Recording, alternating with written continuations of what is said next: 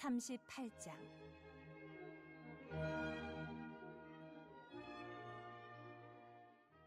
그가 또 조각목으로 번제단을 만들었으니 길이는 5규빗이요 너비도 5규빗이라.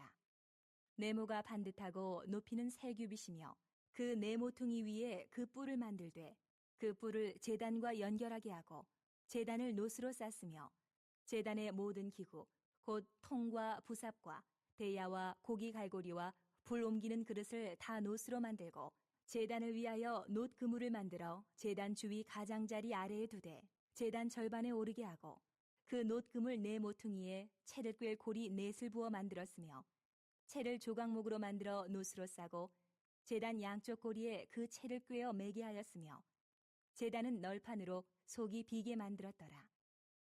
그가 놋으로 물두멍을 만들고 그 받침도 놋으로 하였으니 곧 회막문에서 수종드는 여인들의 거울로 만들었더라.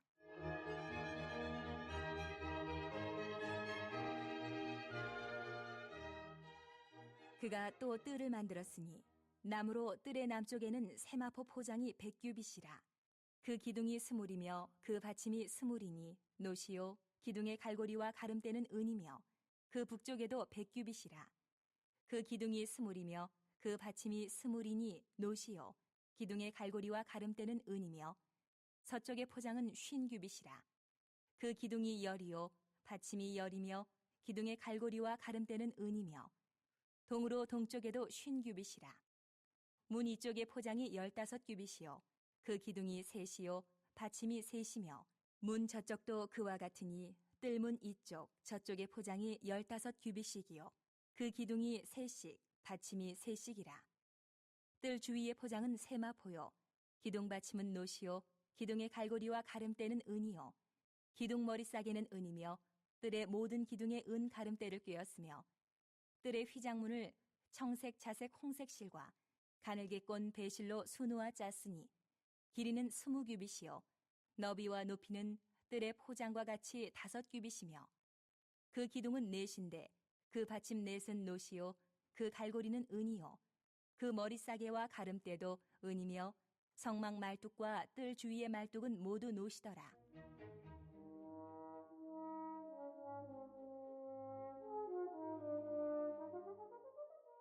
성막 곧 증거막을 위하여 레위 사람이 쓴 재료의 물목은 제사장 아론의 아들 이다말이 모세의 명령대로 계산하였으며 유다 지파 훌의 손자여 우리의 아들인 부살렐은 여호와께서 모세에게 명령하신 모든 것을 만들었고 단 지파 아히사막의 아들 오홀리압이 그와 함께하였으니 오홀리압은 재능이 있어서 조각하며 또 청색, 자색, 홍색 실과 가는 배실로 수놓은 자더라.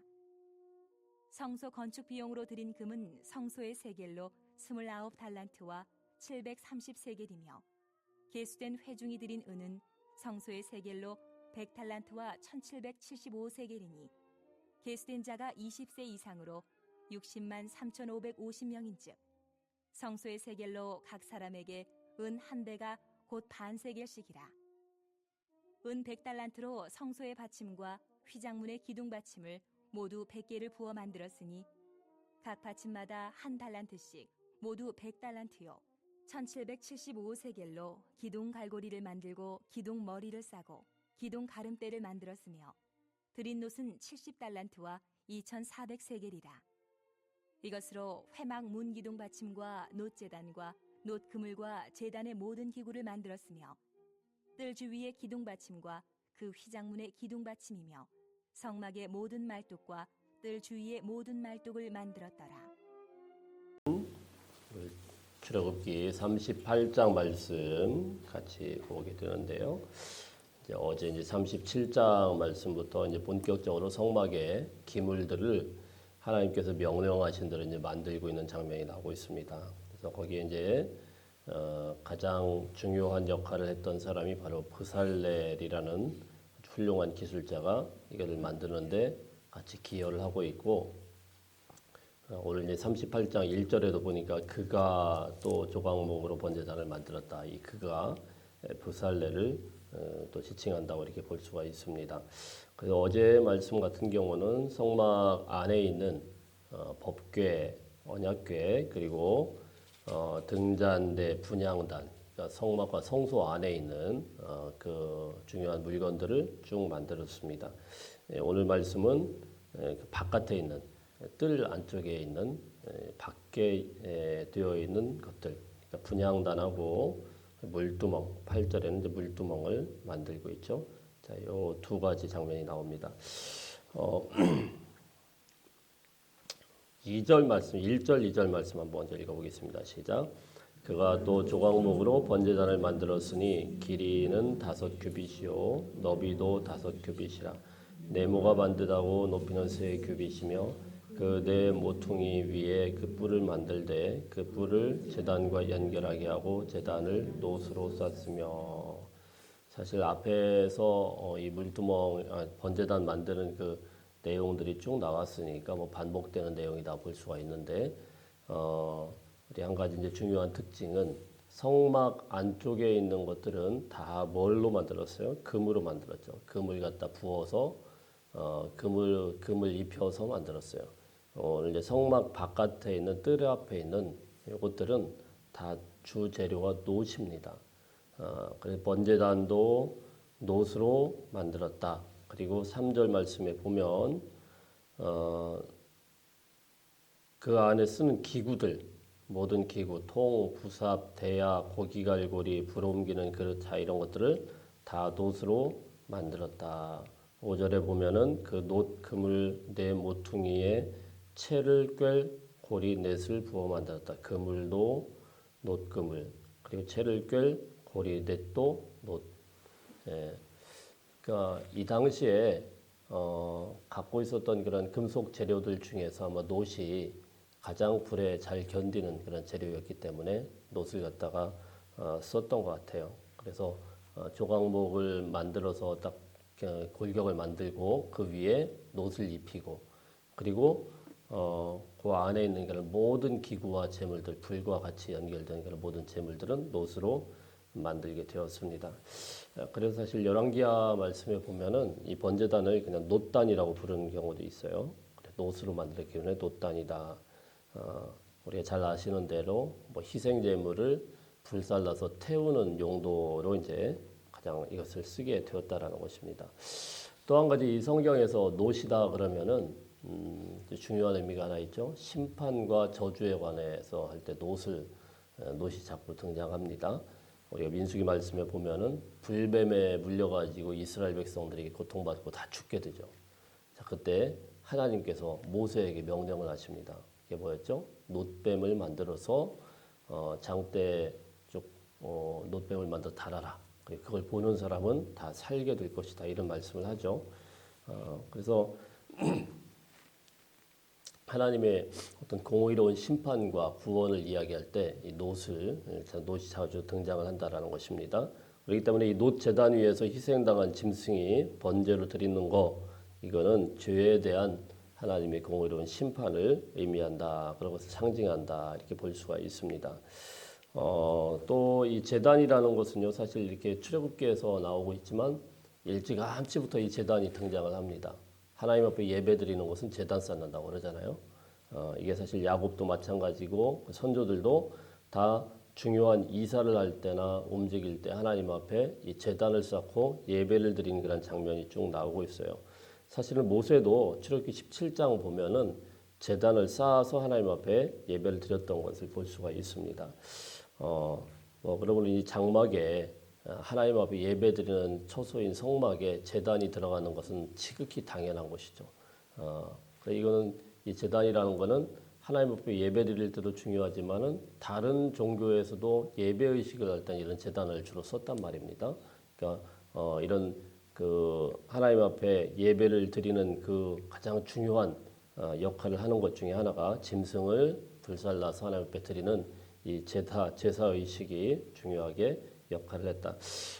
이제 성경에는 안 나와 있는데요. 이 번제단을 만들 때 이게 사실 아무리 잘 해놓아도 주 재료가 지금처럼 금속이 아니지 않습니까? 계속 불 때우다 보면 이게 약해질 수밖에 없어요.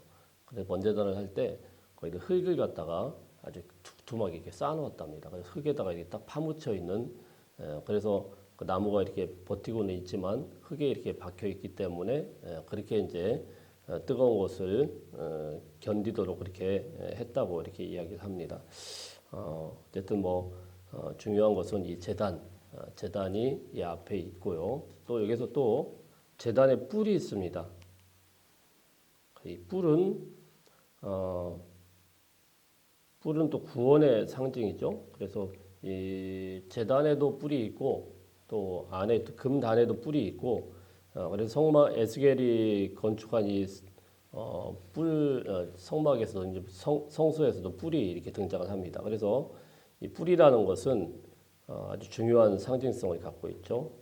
제사로 인해서 드려지는 이 짐승의 피가 이 뿔에 발라지게 되었고 이 피를 인하여서 하나님께서 그 제단의 뿔을 잡는 사람은 살인을 했다고 하더라도 도피할 수 있도록 하나님께서 구원할 수 있는 그런 역할을 한 것이 바로 이 제단이다 이렇게 볼 수가 있습니다. 물두멍에 관해서는 8절 한 절로 나와 있습니다. 8절 한 절 한번 읽어봅니다. 시작. 그가 노드로 물두멍을 만들고 그 받침도 노수로 하였으니 곧 회막문에서 수종드는 여인들이 거울로 만들었더라. 노수로 만들었대요. 이것도. 근데 여기에 회막문에서 수종드는 여인들이 있었는데 그들이 갖고 있는 놋거울로 물두멍을 만들었다 이렇게 기록이 되어 있습니다. 이 여인들이 도대체 어떤 일을 했는지 딱 여기에만 나오기 때문에 잘 몰라요. 뭐 그 후에 무슨 일을 했다라는 게 전혀 없습니다. 그냥 다만 수종 들었다고 하는 거 보니까 뭔가 허드렛 일 같은 것을 하지 않았을까 이렇게 추정을 할 수가 있는데 뭐 성경 어디에도 여자들이 성막에서 들어가서 어떤 일을 했는지 이런 것은 나오지가 않습니다. 그래서 아마 모세와 그의 백성들은 그냥 이렇게만 이야기해도 그냥 다 알았을 텐데 좀 더 자세하게 좀 설명을 해놨으면 우리가 좀 편했을 텐데 그들은 다 아니까 그냥 그 여자들이 쓰던 그 놋거울 있잖아 그걸로 이렇게 만들었다 이런 식으로 써놓은 거예요. 자 어쨌든 중요한 건 아주 신기한 그런 일이라고 볼 수가 있습니다. 성막의 일에 있어서 사실 레위기 말씀 같은데 보면 여자들이 이런데 함부로 들어갈 수가 없습니다. 여자들은 절대 이런데 함부로 같이 여자들은 조금 이렇게 분리시켰어요. 남자들 중에서도 레위인들이 주로 여기 들어갔는데 성막의 이런 일들에 이런 모든 일들에 처음부터 여성들이 들어가서 같이 자원봉사하면서 같이 일을 도왔다. 뭐 청소를 했든 거기에서 뭐 물 끓이는 걸 도왔든 뭘 어떻게 했는지 잘 모르겠지만은 그런 일들을 여인들이 도왔다라는 겁니다. 그러니까 본래부터 하나님께서는 여자든 남자든 구별해서 막 딱 뭐 무시한다거나 이렇지 않았어요. 이스라엘 사람들이 거기서 오해를 해서 자꾸 그렇게 분리를 하는 것이죠. 하물며 오늘날 여성들에 대해서 너무 이렇게 도외시한다거나 터부시한다거나 이런 것은 사실 옳지 않다라고 봅니다. 저는 그래서 여성들이 뭐 물론 아주 중요한 역할, 그 안에 제사를 지낸다거나 이런 역할은 하지 않았지만 이 교회 일에, 이 성막의 일에 같이 동참을 하고 같이 일을 하고 있었다라는 것입니다. 어쨌든 그들이 갖고 있었던 아주 중요한 거울들이 있어서 이 거울이 사실 요즘에야 뭐 유리거울도 너무나 잘 나와 있죠. 근데 이 당시에는 거울 그게 이렇게 산업이 이렇게 발달하지 않았으니까 놋을 가지고 아주 얇게 피워서 그렇게 바짝바짝하게 닦았을 거 아닙니까? 굉장히 귀한 거죠. 자기들이 여자들이 이제 어떤 얼굴을 꾸민다거나 이게 얼마나 귀한 겁니까? 그런데 그것을 또 자원하는 마음으로 다 드렸고 이것을 통하여서 물두멍이 만들어졌어요. 그러니까 우리가 상상을 해볼 수가 있죠. 또 물두멍의 사이즈가 얼만큼 됐는지는 또 안 나와 있습니다. 어디에도 보면 물두멍이 얼마나다 이런 게 써 있진 않아요. 제사장 4명이서 손발을 씻을 정도의 물이니까 보통 이제 추정하기로는 적어도 한 20리터 이상은 되겠구나. 그러니까 20리터 이제 큰 양동이 같은 게 거기 있다고 생각을 하면 돼요. 그럼 그걸 물을 씻을 때 이렇게 보면은 거울이니까 다 보이겠죠. 예, 다 보이게 되는 것이죠. 무슨 의미를 갖고 있을까요? 이걸 씻지 않고 그 더러운 것들을 씻지 않고 비추어 보지 않고 들어갈 수가 없죠. 그러니까 사실 물두멍이가 되게 신기한 장면일 것 같아요. 씻으면서 이게 제대로 씻었나 안 씻었나 이렇게 보이겠죠. 그런 것들을 이렇게 비춰보고 얼굴도 좀 비춰보고 그리고 들어갈 수가 있는 곳이죠. 마찬가지로 오늘날 우리가 하나님 앞에 예배 드리러 나올 때 제일 먼저 물두멍은 제일 먼저 거치는 곳입니다. 제일 먼저 거치는 곳이 바로 그리스도의 보혈. 그 보혈로 우리의 죄가 깨끗하게 맑게 씻겨지고 그리고 거룩해지고 주님 앞에 거룩한 예배자로 나아가야 된다는 것입니다. 거울과 같은 주님의 그 거룩하심 앞에 우리의 모습을 비추어 보고 어느 부분이 더럽혀졌는지 어느 부분이 또 문제가 있는지 이것을 다 확인하고 씻어내고 주 앞에 나와야 참된 예배를 드릴 수 있다라는 것입니다. 자, 그다음에 이제 우리 성막 울타리를 제작을 합니다. 우리 9절 읽어봅니다. 9절 시작. 그가 또 뜰을 만들었으니 나무로 뜰의 남쪽에는 세마포 포장이 100규빗이라. 이렇게 쭉 기록이 되어 있는데 다 읽지는 않고요. 여기에서 우리가 한 가지 보면은 세마포 포장으로 되어 있습니다. 세마포 포장. 세마포는 그냥 천조각이라고 생각을 하시면 되는데 오늘날에야 뭐 천이 워낙 발달이 돼 있으니까 근데 이게 흰색이란 말이에요. 옛날에 이 시대 때 흰색 천을 구하는 게 정말 어려웠습니다. 정말 귀한 거예요. 더군다나 광야 생활을 하고 있잖아요. 광야 생활하는 곳에서 이 흰 천을 구한다는 건 정말 어렵습니다. 몇 개 있지도 않고 이것을 고이고이 간직을 했을 텐데 이것이 이제 이 주 재료로 쭉 쓰이게 됐어요.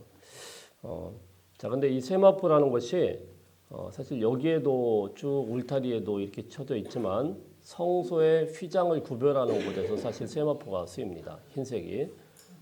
그러니까 구별하는 곳. 성소에서 가장 거룩하게 지성소와 성소를 구별하는 거기도 세마포천이 쓰였어요. 그리고 요 앞에도 세마포천이 쓰였어요. 그러니까 밖에하고 울타리를 넘어가는 성막과 경계선에 흰색이 쓰였고 그리고 안쪽에 지성소와 성소를 구별하는 거기에도 세마포천이 쓰였다라는 겁니다. 무슨 말씀이냐면은 거룩한 것과 속된 것 이것들을 구별하는 데 쓰이는 의미가 바로 이 흰색 천이었다라는 것입니다. 그리고 고린도 후서 말씀에 보면 우리들 이렇게 이야기해요. 그리스도와 벨리알이 어찌 조화되며 믿는 자와 믿지 않는 자가 어찌 상관하며. 거룩이라는 것은 구별된다라는 의미예요. 우리와 믿는 자와 믿지 않는 자 이건 분명한 구별이 있어야 되고 하나님의 사람과 하나님을 믿지 않는 사람들과는 분명한 구별이 있어야 된다는 것입니다. 말씨와 행동에서도 모든 부분에 있어서도 구별이 있어야 된다는 겁니다. 그래서 하나님께서는 철저하게 그의 자녀들을 구별하기를 원하셨다라고 이렇게 말씀을 하고 있습니다. 또 한 가지 이 흰색은 무엇입니까? 아주 쉽게 오염되죠. 아주 쉽게 오염됩니다. 제가 평일날에는요 와이셔츠를 흰색을 잘 안 입어요.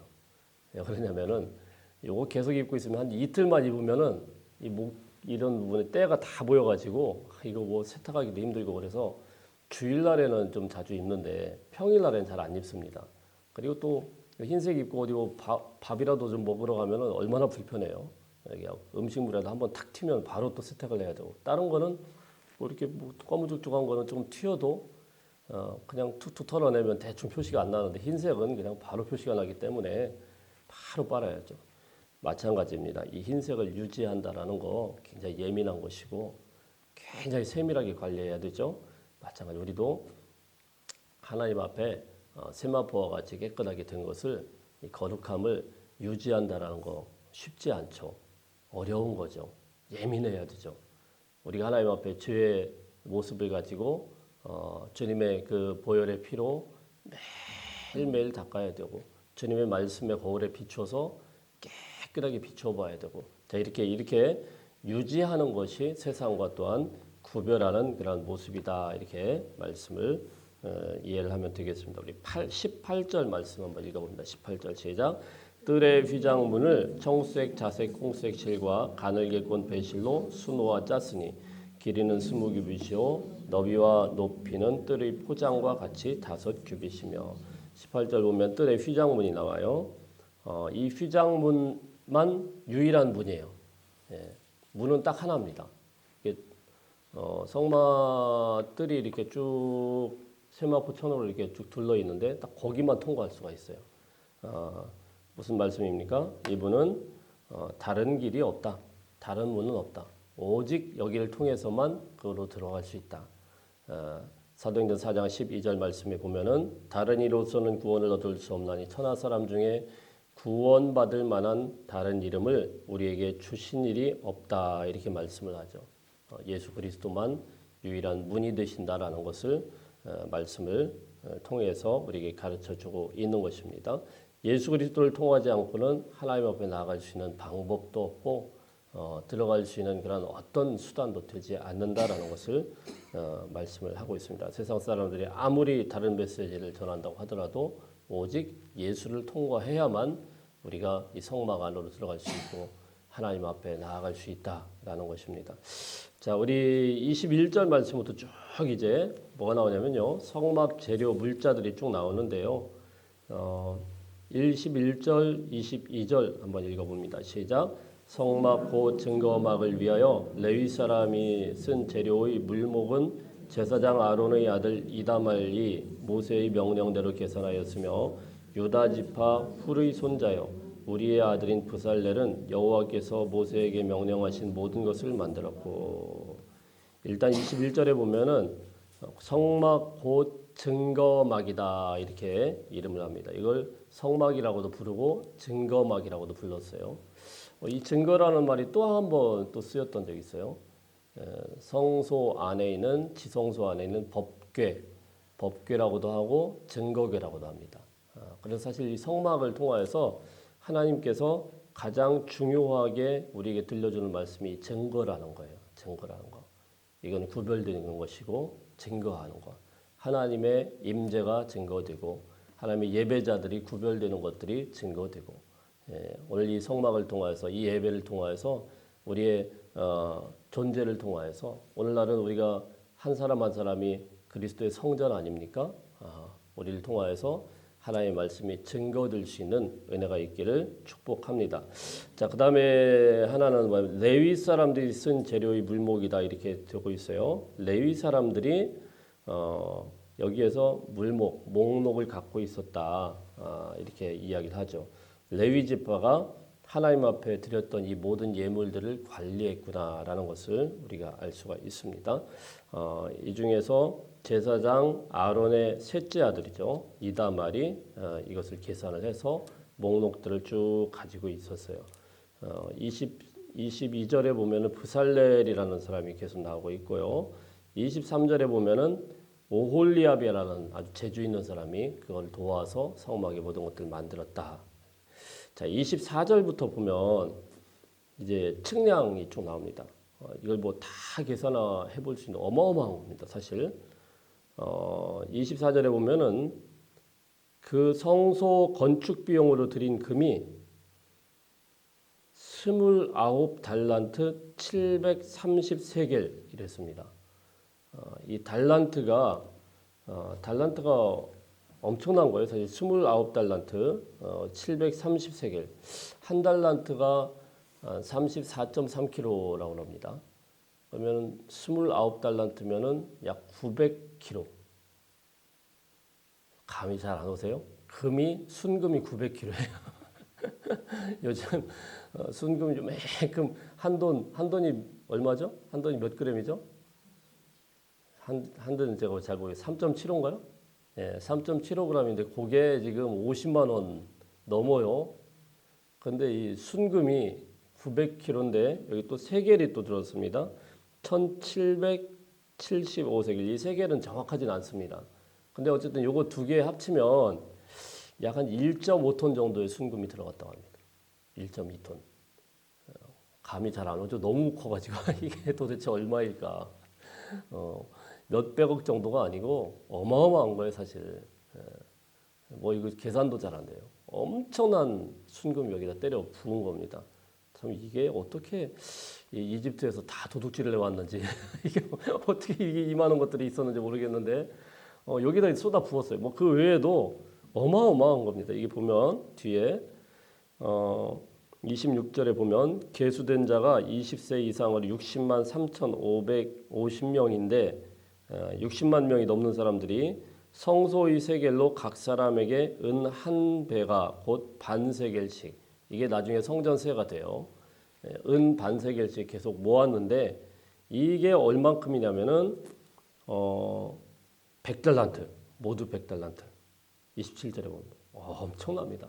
이것을 통해서 기둥을 다 만들고, 그러니까 기둥 같은 걸 그냥 부어가지고 순은으로 그냥 기둥을 탁 만들어 버린 겁니다. 그냥 기둥을 그냥 싹 부어서 녹여서 하여튼 이렇게 엄청난 것을 여기다 쏟아 부었어요. 보면은 우리가 성막이라는 게 뭐 그냥 천조가리 아니겠어요? 천막인데 거기다 뭘 그렇게 이렇게 귀중한 것들을 다 쏟아 부었을까 싶은데, 하나님께서 이 성막에는 정말 아낌없이 어마어마하게 쏟아 부었다라는 것입니다. 사실 무슨 말씀일까요? 이들이 금, 은, 이거 있는 것 전 재산을 다 드린다라는 거, 자기 목숨값 아니겠어요? 사람의 목숨이라는 것이, 우리가 속량된다라는 것이 얼마나 귀한 것인가를 우리가 이 아침에 생각을 했으면 좋겠습니다. 여러분, 한 사람도 소중하지 않은 사람 없어요. 한 사람도 귀하지 않은 사람이 없단 말입니다. 너무너무 귀한 것이고 너무너무 소중한 생명, 하나님께서 지금까지 은혜로 잘 지켜주시고 지금까지 붙들어 주셨는데, 남은 생에 정말 하나님 앞에 귀하게 쓰임받는 저와 여러분의 인생들 되시기를 축복합니다. 우리 기도합니다.